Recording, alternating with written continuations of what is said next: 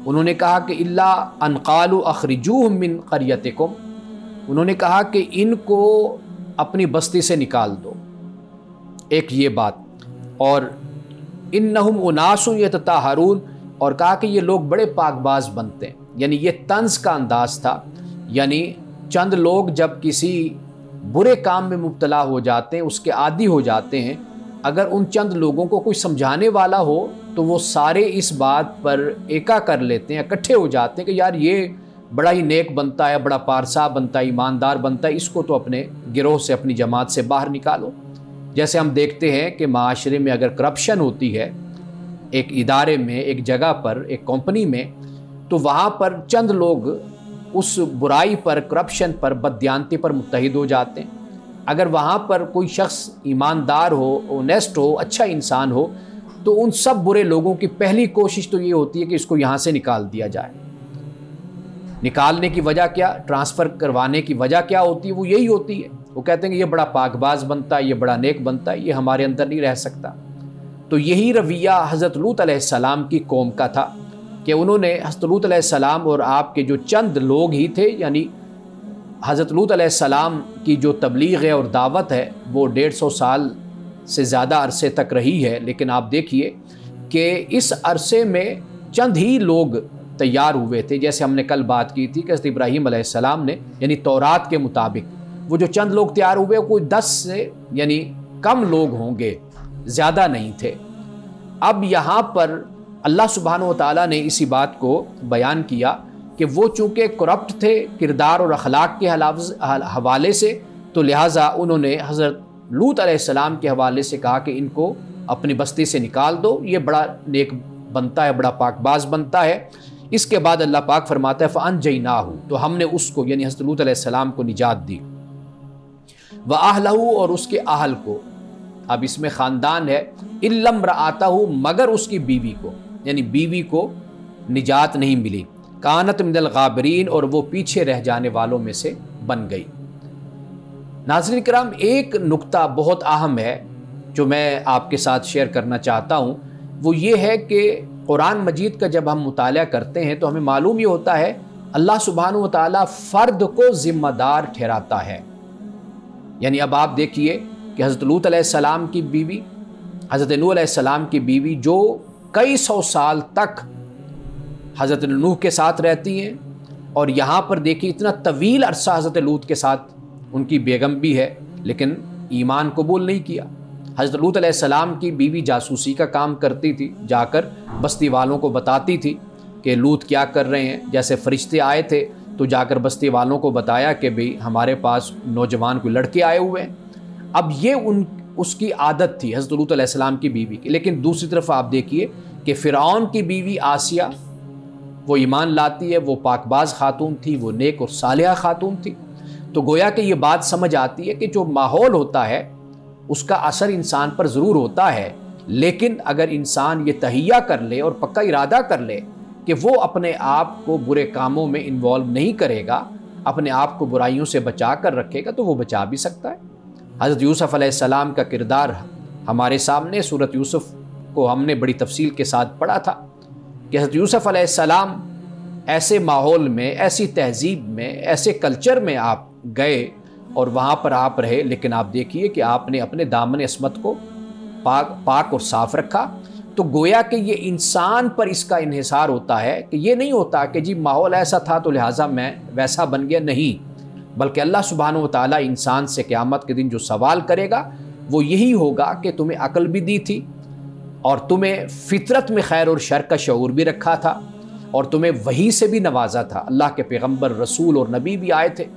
تو لہٰذا یہ بات ہمیں سمجھنی چاہیے کہ ایک طرف حضرت نوح اور لوط کی بیویاں ہیں اور حضرت نوح کا بیٹا ہے، اور دوسری طرف حضرت آسیہ بھی ہیں، اور ایسی بہت سی خواتین ہیں پاک باز، اور ایسے بہت سے مرد ہیں کہ جو برے ماحول میں رہ کر بھی انہوں نے اپنے آپ کو کنٹرول میں رکھا اور تزکیہ نفس کیے رکھا، اور اپنے آپ کو اللہ کے ساتھ جوڑے رکھا۔ اب یہاں پر دیکھیے کہ اب کیا ہوا، فرمایا وَأَمْطَرْنَا عَلَيْهِمْ مَطَرًا، تو ہم نے ان پر پھر بارش برسائی پتھروں کی، فَانْظُرْ كَيْفَ كَانَ عَاقِبَةُ الْمُجْرِمِينَ، اور فرمایا کہ دیکھو کہ پھر مجرمین کا انجام کیسا تھا، جرم کرنے والوں کا انجام کیسا تھا۔ اور آخر میں ایک اور نکتہ آپ کی خدمت میں پیش کر دوں، آپ یہ دیکھ لیجئے کہ انبیاء علیہ السلام کی بیویاں ہیں، لیکن ان کا اپنا کردار، اپنا اخلاق، وہ ان کے لیے خدا کے ہاں اہم ہے۔ یعنی یہ نسبت اور یہ رشتہ داری کہ وہ چونکہ حضرت نوح کی بیوی ہے یا حضرت لوط علیہ السلام کی بیوی ہے یا حضرت نوح کا بیٹا ہے، تو لہٰذا اس نسبت اور رشتہ داری کی بنیاد پر کوئی بخشش ہو جائے، نجات ہو جائے، کوئی مرتبہ مل جائے، تو ایسا نہیں ہے۔ اللہ پاک نے یہاں پر اس بات کو بھی واضح کر دیا کہ عمل، ایمان اور عمل صالح یہ سب سے اہم ہے خدا کے ہاں، اور اسی کی بنیاد پر ایک انسان کی بخشش اور مغفرت ہوتی ہے، اور اسی کی بنیاد پر اللہ کے ہاں انسان مقام اور مرتبہ پاتا ہے۔ ناظرین کرام، یہاں وقت ہوا چاہتا ہے ایک بریک کا، ہمارے ساتھ رہیے گا۔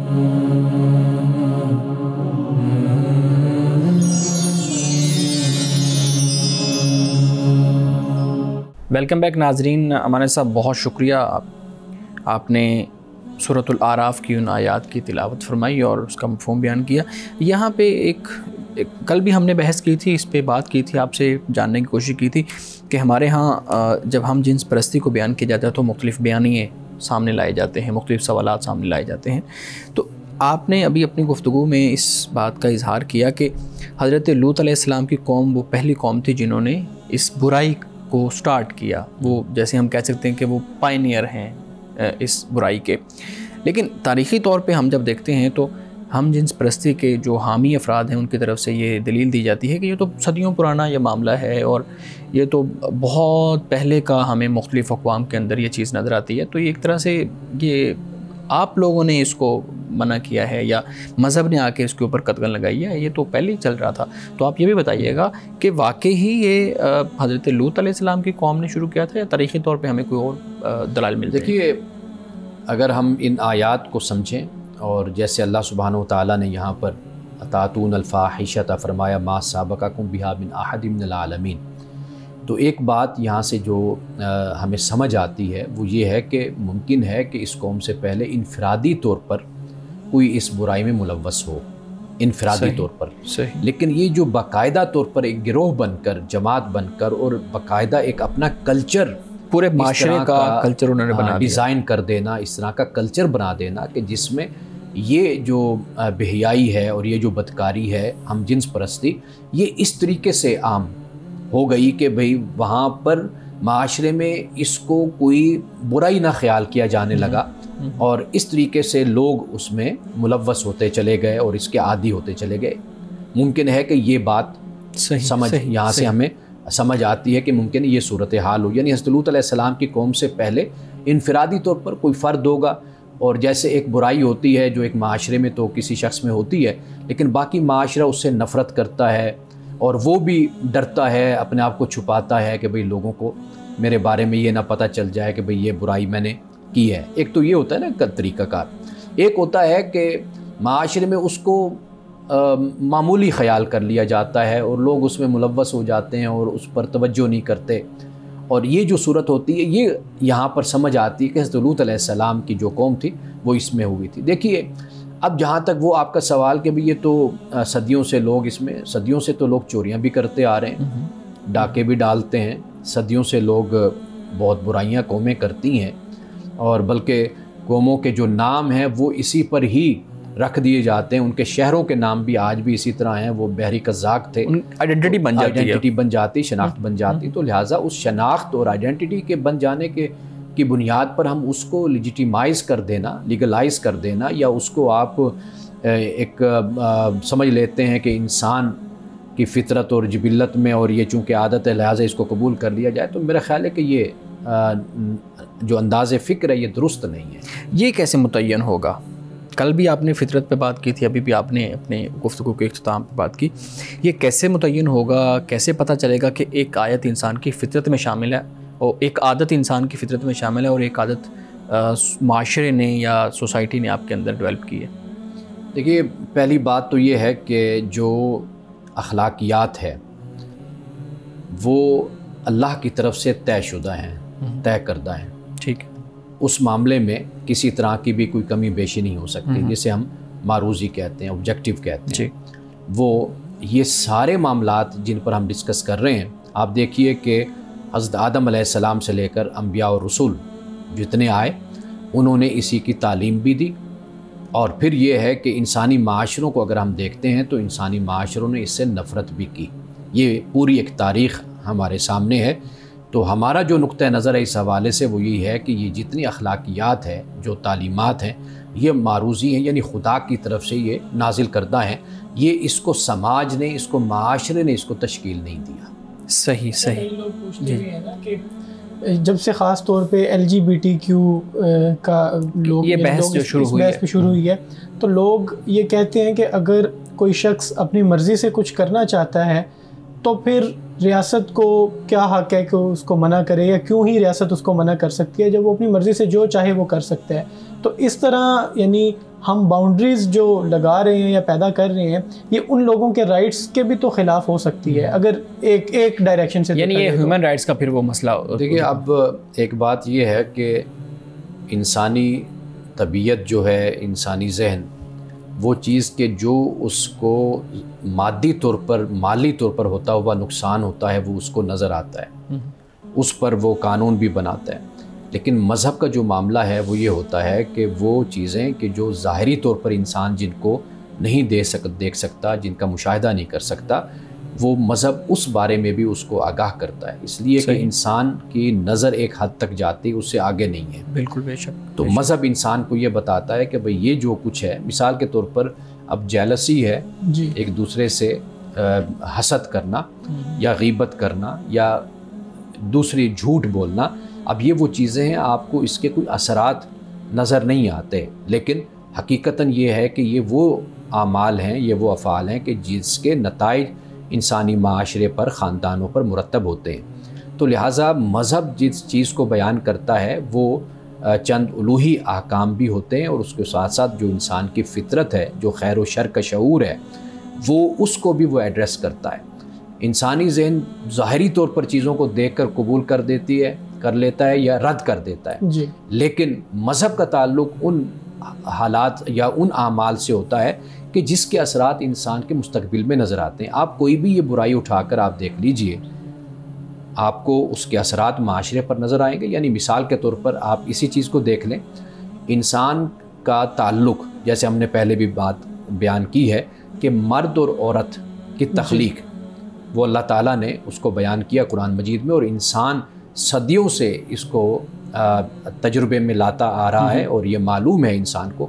اب بالکل ایک ایسا عمل جو ایکسیپشنل صورت میں ہوا، قوموں کے اندر رائج پا گیا، اس کو قوموں نے پسند بھی نہیں کیا، اور اگر کہیں پر ایسی صورت بنی تو وہ ایک انحراف کی صورت بن گئی۔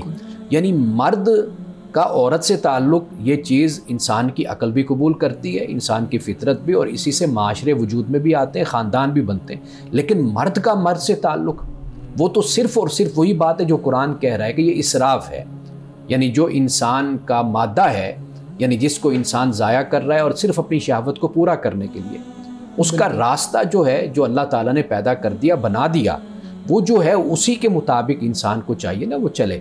تو اب جو کچھ بھی آپ اس کو کہہ لیجئے کہ انسان کہتا ہے جی یہ میری آزادی ہے، لیکن اس آزادی کو بھی بتانا تو ہوگا نا کہ بھئی آپ جو یہ عمل کرنے جا رہے ہیں، آیا کہ یہ آپ کے لیے مستقبل میں اس کے کیا نتائج ہوں گے، کیا صورتیں بنیں گی۔ آپ دیکھ لیجئے کہ جن معاشروں میں اس طرح کے کام ہو رہے ہیں، یا اجازت دی جا رہی ہے، یا آزادی کے نام پر اس کو لیجیٹیمائز کیا جا رہا ہے، لیگلائز کیا جا رہا ہے، وہاں پر پھر جو مسائل پیدا ہو رہے ہیں اس سے وہی قوم جانتی ہے اور بھگت رہی ہے ان مسائل کو۔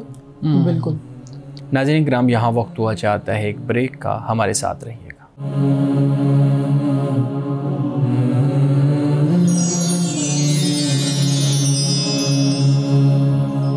پروگرام میں ایک دفعہ پھر خوش آمدید۔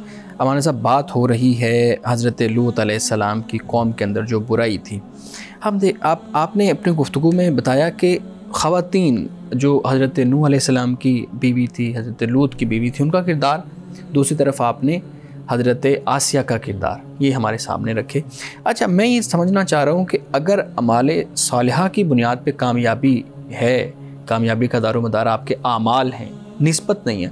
تو ہمارے یہاں اس مشرقی معاشرے کے اندر جو نسبت کی بنیاد پہ کامیابی کی ایک بحث شروع ہوئی، اس بحث کے پیچھے بھی تو کوئی فلسفہ ہوگا نا. ایک بہت بڑا طبقہ اس بحث کے پیچھے ہے اور اس کو مانتا ہے، اس کے دلائل جو ہے نا وہ بیان کرتا ہے. تو اس کو کلی طور پہ ریجیکٹ کر دینا، یہ کوئی عقل میں آتی ہے یہ بات؟ پہلی بات یہ کہ ہمارے پاس جو میزان ہے، جو معیار ہے بات کو پرکھنے کا، وہ قرآن مجید ہے. قرآن مجید نے اس کو کلی طور پر رد کیا ہے، اس لیے کہ قوم یہود کی بڑی نسبتیں تھیں. ان کو اسی پر ہی فخر تھا کہ ہم انبیاء علیہ السلام کی، رسول کی ہم اولادیں ہیں. اور قرآن بھی اس کو بیان کرتا ہے. قرآن بھی اس کو بیان کرتا ہے. سورۃ المائدہ میں اس کو بیان کیا گیا. تو وہ رسول کی اولادیں تھیں اور وہ یہ خیال کرتے تھے کہ ہم اللہ کے احبا ہیں، اللہ کے محبوب ہیں، اللہ کے دوست ہیں، اللہ کے مقرب ہیں. لیکن وہ اپنے اعمال پر توجہ نہیں کرتے تھے. تو اللہ سبحانہ و تعالیٰ نے اس بات کو پھر اس طرح بیان کیا کہ بھئی پھر ان سے یہ پوچھو کہ بھئی تمہیں اللہ عذاب کیوں دیتا ہے، تمہیں پھر زوال کیوں دیتا ہے، تمہیں پستی کا شکار کیوں کرتا ہے، تمہیں کس طرح دوسری قوموں سے پٹواتا ہے، کس طرح تمہیں ماریں پڑی ہیں، اجاڑ دیے گئے، تمہارے شہر برباد کر دیے گئے. تو یہ پھر قرآن پاک نے اس کو بھی بیان کیا. تو ہمارے لیے جو معیار ہے نا وہ تو در حقیقت قرآن ہے. قرآن ہی کو ہم معیار بنائیں گے تو پھر ساری باتیں سمجھ آئیں گی. باقی دیکھیے کہ جب فرقے بنتے ہیں، جب مسلک بنتے ہیں، جب گروہ بندیاں ہوتی ہیں، پھر اس میں اپنی فضیلت کو اور اپنے افضل ہونے کو پھر اس طریقے سے بیان کیا جاتا ہے. اللہ کے جو نیک بندے بھی اسلامی تاریخ میں گزر گئے، مثال کے طور پر وہ صحابہ کرام ہیں رضوان اللہ تعالیٰ علیہم اجمعین ہیں، یا وہ آل رسول صلی اللہ علیہ وسلم ہیں، آپ ان کی تعلیمات کو بھی پڑھ کر دیکھ لیجئے کہ وہ کردار میں، وہ اخلاق میں، تقوی میں، زہد میں کتنے اعلیٰ مقام پر وہ فائز تھے. ان کی تعلیمات بھی پڑھ کر دیکھ لیجئے کہ انہوں نے کس چیز کو ترجیح دیا. انہوں نے اسی کو ترجیح دیا، ایمان کو اور عمل صالح کو، جن کی براہ راست رسول اللہ سے نسبت تھی، براہ راست نسبت تھی. آپ ان کے اخلاق اور کردار اور اعمال کا مطالعہ کر کے دیکھ لیجئے، آپ کو ایک بات بھی ایسی وہاں پر نہیں ملے گی کہ جو یہ ہو کہ جی نہ ایمان کی ضرورت، نہ عمل صالح کی ضرورت، بس رسول اللہ کی ہم اولاد ہیں، آل ہیں، تو لہٰذا ہمارے لیے کافی. وہاں پر بلکہ آپ عام مسلمان سے یا غیر آل رسول سے آپ کہہ لیجئے زیادہ آپ کو خدا خوفی نظر آتی ہے، زیادہ تقوی نظر آتا ہے، زیادہ خشیت آپ کو وہاں پر نظر آتی ہے. صحیح. اچھا ہمارے ناظرین کے سوالات بھی ہوتے ہیں، سوالات بہت زیادہ ہوتے ہیں، ہمارے پاس وقت کم ہوتا ہے، لیکن ہم کوشش کرتے ہیں کہ ہر پروگرام میں کچھ سوالات آپ کے سامنے رکھے جائیں. بڑا انٹرسٹنگ سوال ہے، پوچھتے ہیں جی اسلام میں سگریٹ یا نشہ آور ادویات جیسے کہ چرس ہے، افیون ہے، وہ کیوں حرام ہے؟ دیکھیے سگریٹ نوشی جو ہے اس کے بارے میں تو نہیں کچھ کہا جا سکتا، کیونکہ اس پر ہمارے ہاں اختلاف ہے، اور میری ذاتی رائے بھی اس پر یہی ہے کہ اس کو زیادہ سے زیادہ ہم مکروہ کہہ سکتے ہیں، ناپسندیدہ، یعنی ڈس لائک ہے، یعنی ناپسندیدہ ہے. اس کی بو یا جیسے مسجد میں رسول اللہ صلی اللہ علیہ وسلم نے پیاز، جماعت میں شامل ہونا، پیاز کھا کر جانا، ان چیزوں سے اس لیے پسند نہیں کیا گیا، اس سے نفرت کی گئی کہ اس کی خاص بو ہوتی ہے جو ماحول کو مقدر کر دیتی ہے. تو سگریٹ کی تو یہ بات ہے. تو باقی جو چیزیں آپ نے بیان کی ہیں ان کے بارے میں یہ ہے کہ جس میں نشہ ہو، جو نشہ پیدا کرے، تو اس کو حرام اور اس کو ناجائز قرار دیا گیا ہے. یعنی مثال کے طور پر شراب کیوں حرام ہے؟ آپ کو یہ کہے کہ جی میں اتنی پی لیتا ہوں تو مجھے نشہ نہیں ہوتا، تو کسی ایک دو بندوں کے لیے یا خاص لوگوں کے لیے کسی چیز کو جائز قرار نہیں دیا جا سکتا. جو حکم ہے خدا کا وہ حکم ہی ہے کہ وہ جب اللہ نے کہہ دیا وہ حرام ہے تو وہ پھر سب پر ہی حرام ہے. اور باقی جو چیزیں آپ نے بیان کی ہیں تو واضح بات ہے کہ اس میں بھی نشہ کی حالت ہے. اور آپ اکثر طور پر دیکھیں گے جو یہ کام کرنے والے لوگ ہوتے ہیں وہ عملی زندگی میں بھی کمزور ہوتے ہیں یا سست ہوتے ہیں، یا یہ ہوتا ہے کہ ان کا دن اس وقت چڑھ رہا ہوتا ہے جب دوسروں کا دن مکمل اور ختم ہو چکا ہوتا ہے. ایسے بہت سے مسائل اس کے ساتھ. سر شراب کے بارے میں تو ڈائریکٹ کہا گیا نا، یعنی نص موجود ہے کہ وہ حرام ہے، لیکن شراب کے علاوہ ایسی نشہ آور چیزیں جن سے اسی طرح نشہ ہوتا ہو، اور اب جو عادی ہے اس کو نشہ نہیں ہوتا ہوگا، تو کیا وہ بھی اسی طرح پھر حرام ہوگی جس طرح شراب حرام ہے؟ میں نے وہی عرض کیا نا کہ اس کو اس پر ہم قیاس کریں گے تو واضح بات ہے کہ آپ جو یہ استثناء بیان کر رہے ہیں نا کہ بھی کئی لوگوں کو نہیں ہوتا، بالکل، تو ہم اس بنیاد پر کسی چیز کو جائز قرار نہیں دے سکتے. صحیح. اچھا کچھ لوگ یہ بھی کہتے ہیں کہ ہر وہ چیز جو آپ کو خدا کی یاد سے، خدا سے دور کرے وہ حرام ہے. یہ کیا فلسفہ ہے؟ قرآن مجید نے جیسے مال اور اولاد ہے اس کے بارے میں فتنہ کا لفظ استعمال کیا ہے. فتنہ کا مطلب آزمائش. فتنہ خود بنیادی طور پر جائز ہوتا ہے، یعنی جو چیز ہے وہ جائز ہے. مثلا مال ہے وہ جائز ہے، حلال ہے، آپ کماتے ہیں، محنت کرتے ہیں. اولاد ہے وہ بھی بنیادی طور پر جائز ہے، یعنی اصل چیز اباحت ہے. اصل جو چیز ہے وہ اباحت ہے. نہیں، وہ یہ ہے کہ فتنہ اس کو کہتے ہیں کہ جس کی وجہ سے آپ کئی دفعہ گناہ میں ملوث ہو جاتے ہیں. اچھا. یعنی مثال کے طور پر مال ہے، اس کی محبت میں آپ اتنے شکار ہوئے کہ آپ ناجائز مال کمانے لگ گئے. اولاد کی وجہ سے کیا ہوا کہ آپ آخرت کو بھول گئے اور اولاد کی دنیا بنانے کے لیے آپ نے حرام کام شروع کر دیے.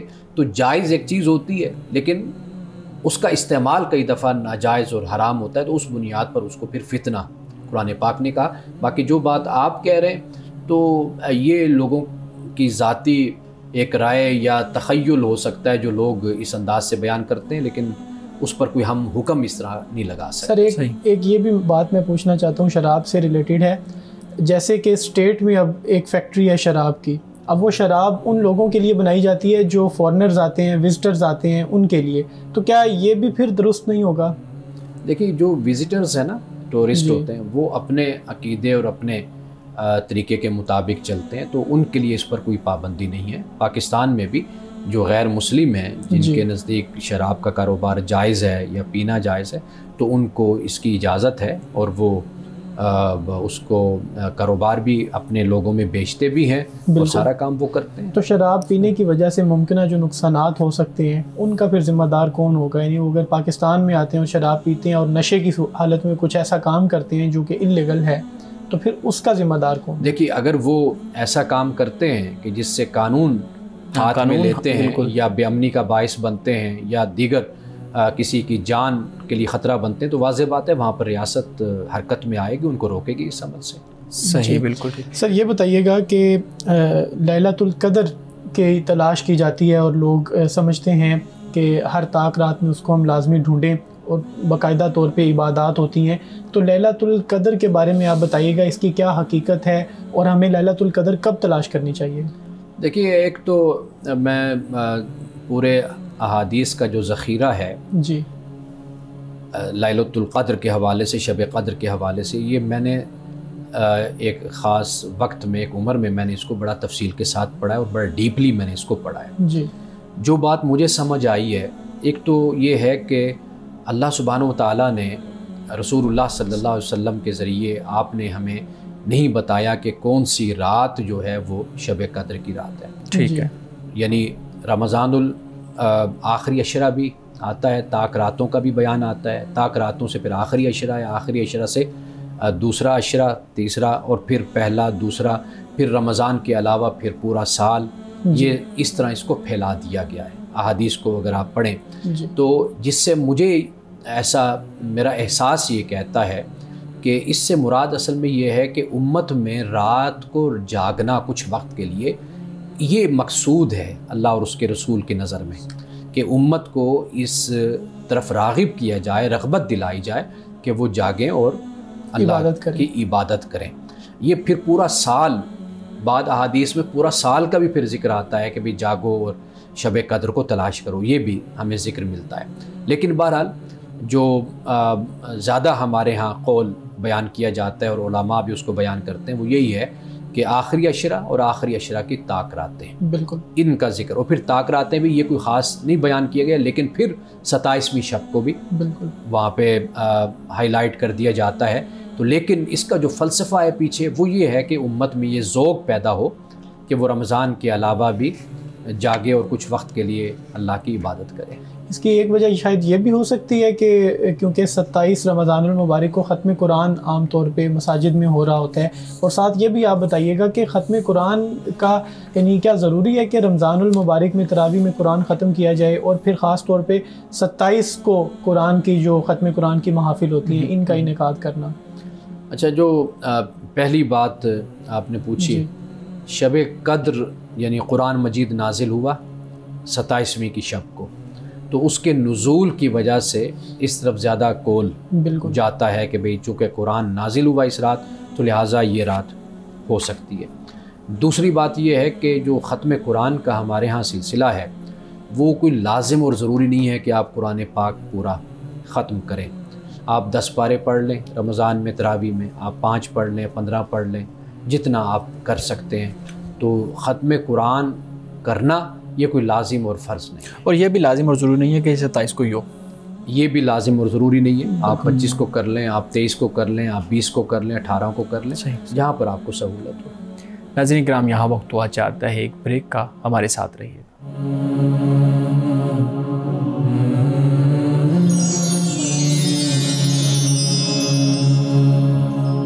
پروگرام میں ایک دفعہ پھر خوش آمدید. جی بلال صاحب، آپ سوال کر رہے تھے. سر یہ بتائیے گا کہ کیا دعا انسان کی تقدیر بدلنے کا باعث بن سکتی ہے؟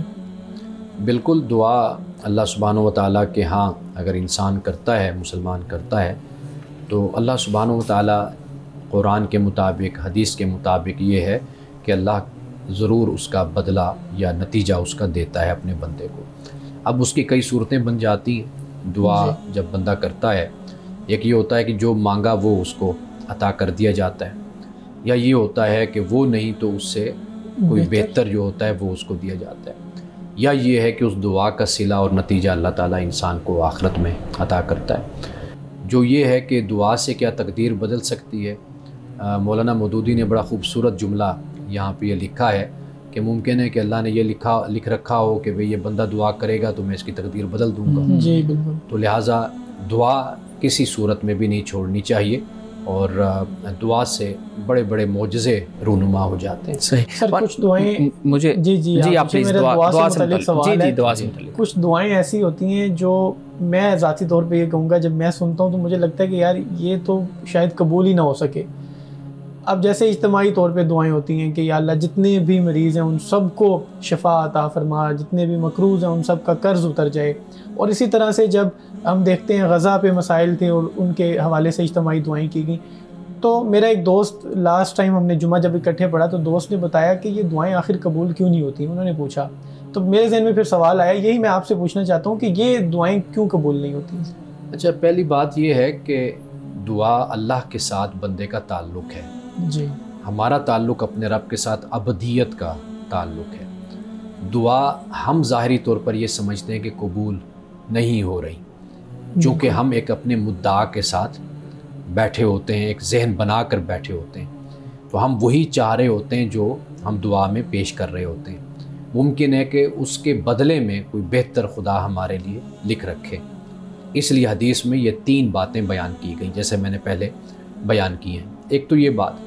دوسری بات یہ کہ یہ کیوں خیال کر لیا جاتا ہے کہ دعا کا جو مانگنا ہے وہ حکمت کے بغیر ہوگا، یعنی کہ آپ نے کوئی وسیلہ اختیار نہیں کیا، آپ نے کوئی محنت نہیں کی، آپ نے کوئی کام نہیں کیا، آپ نے کوئی اپنے وقت اور حالات اور زمانے کے مطابق کوئی پالیسی نہیں بنائی، کچھ نہیں کیا، لیکن آپ سب کچھ چھوڑ چھاڑ کر اپنے مریض کو ہاسپٹل چھوڑنے کے بجائے گھر بیٹھ کر آپ دعائیں کرنا شروع کر دیتے ہیں، یا اس کو بالکل ایسے بندے کے پاس لے جاتے ہیں کہ جو اس فن کا یا اس کے علاج کا ماہر ہی نہیں ہے، جی.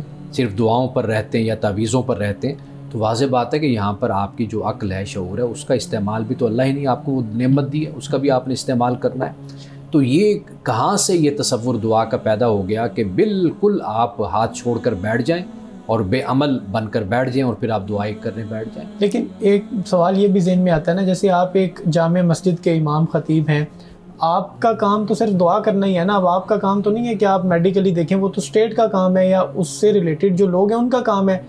تو آپ کا کام ہے دعا کرنا. اب آپ کو لوگ آ رہے ہیں، کہہ رہے ہیں، آپ خود بھی کر رہے ہیں، تو یہ تو انسان ڈسکریج نہیں ہو جائے گا جب وہ مسلسل دعائیں مانگ رہا ہے، اس طرح کی بڑی بڑی دعائیں، اور وہ کہتا ہے کہ اللہ تو کچھ بھی دے سکتا ہے اور اللہ تعالیٰ پھر بھی عطا نہ فرما رہا ہو، تو انسان ڈسکریج نہیں ہوگا اس سے؟ تو انسان کا اپنا ظرف ہے جی. لیکن یہ ہے کہ اللہ تعالیٰ سے اس کا مسلسل مانگنا، اللہ سے دعا کرنا اس کی اپنی ابدیت کا اظہار ہے. ادھر سے کس طریقے سے اس کو جواب آتا ہے اس کا وہ انتظار کرے. اب معاملہ یہ ہے کہ جہاں قوموں کی زندگیوں کے فیصلے ہوتے ہیں، قوموں کی زندگیوں میں تو 2 4 5 10 سال ان کی کوئی اہمیت نہیں ہوتی. یہ تو ایک لمبا سفر ہے جو انسان کا جاری اور ساری رہتا ہے. لیکن انسان کا اپنے رب سے جو تعلق ہے، اب آپ دیکھیے اور در کون سا ہے کہ جہاں پر جا کر انسان دعا کرے. خدا کا ہی در ہے, خدا کا ہی گھر ہے کہ جہاں پر انسان مانگتا ہے, خدا سے دعا کرتا ہے. اگر کچھ کمی بیشی ہے وہ ہمارے اعمال کا نتیجہ ہوتی ہے, ہماری غلط پالیسیوں کا نتیجہ ہوتی ہے. مسجد کا کوئی امام ہے, کوئی خطیب ہے, کوئی شخص بھی ہے جس کا اختیار جہاں تک ہے وہ اسی طریقے سے خدا کی بارگاہ میں ہوتا ہے. یعنی ایک شخص امام ہے, خطیب ہے, عالم ہے, اس کا اختیار یہ ہے کہ لوگوں کو دعوت دیتا ہے, تبلیغ کرتا ہے, لوگوں کو اللہ سے جوڑتا ہے, اللہ سے دعا کرتا ہے. اس کا دائرہ کار یہی ہے, وہ اپنے کام کو سر انجام دے رہا ہے. باقی جو دوسرے لوگ ہیں, حکمران ہیں, ریاست ہے, ان کا دائرہ کار وہ ہے کہ جس میں وہ کوئی پالیسی بنا سکتے ہیں, کوئی بہترین طریقے سے چل سکتے ہیں, وہ اس پر کام بھی کرتے ہیں. تو ہمیں دعاؤں کا جو سلسلہ ہوتا ہے اس کو کبھی نہیں روکنا چاہیے, وہ خدا کی بارگاہ میں التجا مانگتے کرنا چاہیے. نہیں, یہاں پہ مجھے دیجیے گا اجازت, میں سوال کر لوں. ہمارے ہاں آپ بیان کر رہے ہیں کہ جس کا جو منصب ہے اس کے مطابق وہ دعا کرتا ہے.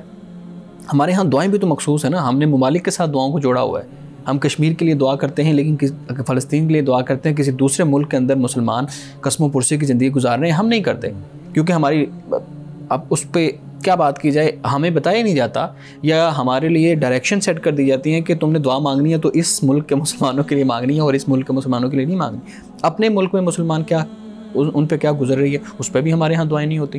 دیکھیں یہ پھر ایک اور پہلو ہے ہمارے ہاں, وہ پھر اس کو آپ سیاسی اس کا پس منظر ہوتا ہے کہ آپ علماء تو سیاسی نہیں ہوتے مولانا صاحب. علماء تو سیاسی نہیں ہوتے, لیکن علماء کا مختلف گروہوں سے, جماعتوں سے تعلق تو ہوتا ہے نا. یعنی علماء کو سیاسی نہیں ہونا چاہیے یہ آپ جملہ کہیں, یہ نہیں آپ کہہ سکتے کہ علماء سیاسی نہیں ہوتے. علماء سیاسی بھی ہوتے ہیں لیکن نہیں ہونا چاہیے. اب جو دعا کا سلسلہ ہے نا, ہمیں تو جو تعلیم دی گئی ہے وہ یہ ہے کہ ہم دنیا کے سب لوگوں کے لیے ہم دعا کریں, اور یعنی جس میں انسانیت کا نام ہو. مثال کے طور پر اس زمین پر صرف مسلمان ہی نہیں, دنیا کی دوسری اقوام ہیں, وہ بھی بہت سی مشکلات سے گزر رہی ہیں, وہ بھی ظلم اور جبر کا نشانہ بنتی ہیں. ہم تو ان قوموں کے نیست و نبود ہونے کی دعائیں کرتے ہیں, ان کے لیے دعا کرنی چاہیے, بلکہ کسی کے لیے بد دعا نہیں کرنی چاہیے. دعاؤں کا سلسلہ جاری رکھنا چاہیے, اور جن کو ہدایت نصیب نہیں ہے ان کے لیے ہدایت کی دعا کرنی چاہیے, نہ یہ کہ انسان ان کی بربادی اور ان کی ہلاکت کی اللہ کی بارگاہ میں دعا کرے. ایک اور بات میں صرف آخر پوچھنا چاہتا ہوں, جب دعا کی جاتی ہے اجتماعی کہ یا اللہ سب بیماروں کو شفا عطا فرما, خصوصاً بالخصوص فلاں صاحب ہمارے, ان کو عام طور پہ امام صاحب دعا کرتے ہیں نام لے کر, تو پہلے سب بیماروں کو شفا کا کہا جا رہا ہے, پھر خصوصاً بالخصوص ایک بندے کا نام لیا جا رہا ہے, تو کیا اس طرح سے دعا کرنی چاہیے؟ دیکھیں یہ ہمارے رویے ہیں کہ ہم اس انداز سے دعائیں کرتے ہیں, لیکن جب آپ سب کے لیے دعا کر رہے ہیں تو اللہ نیتوں کے حال سے واقف ہے کہ وہ شخص بھی اس میں شامل ہو جاتا ہے.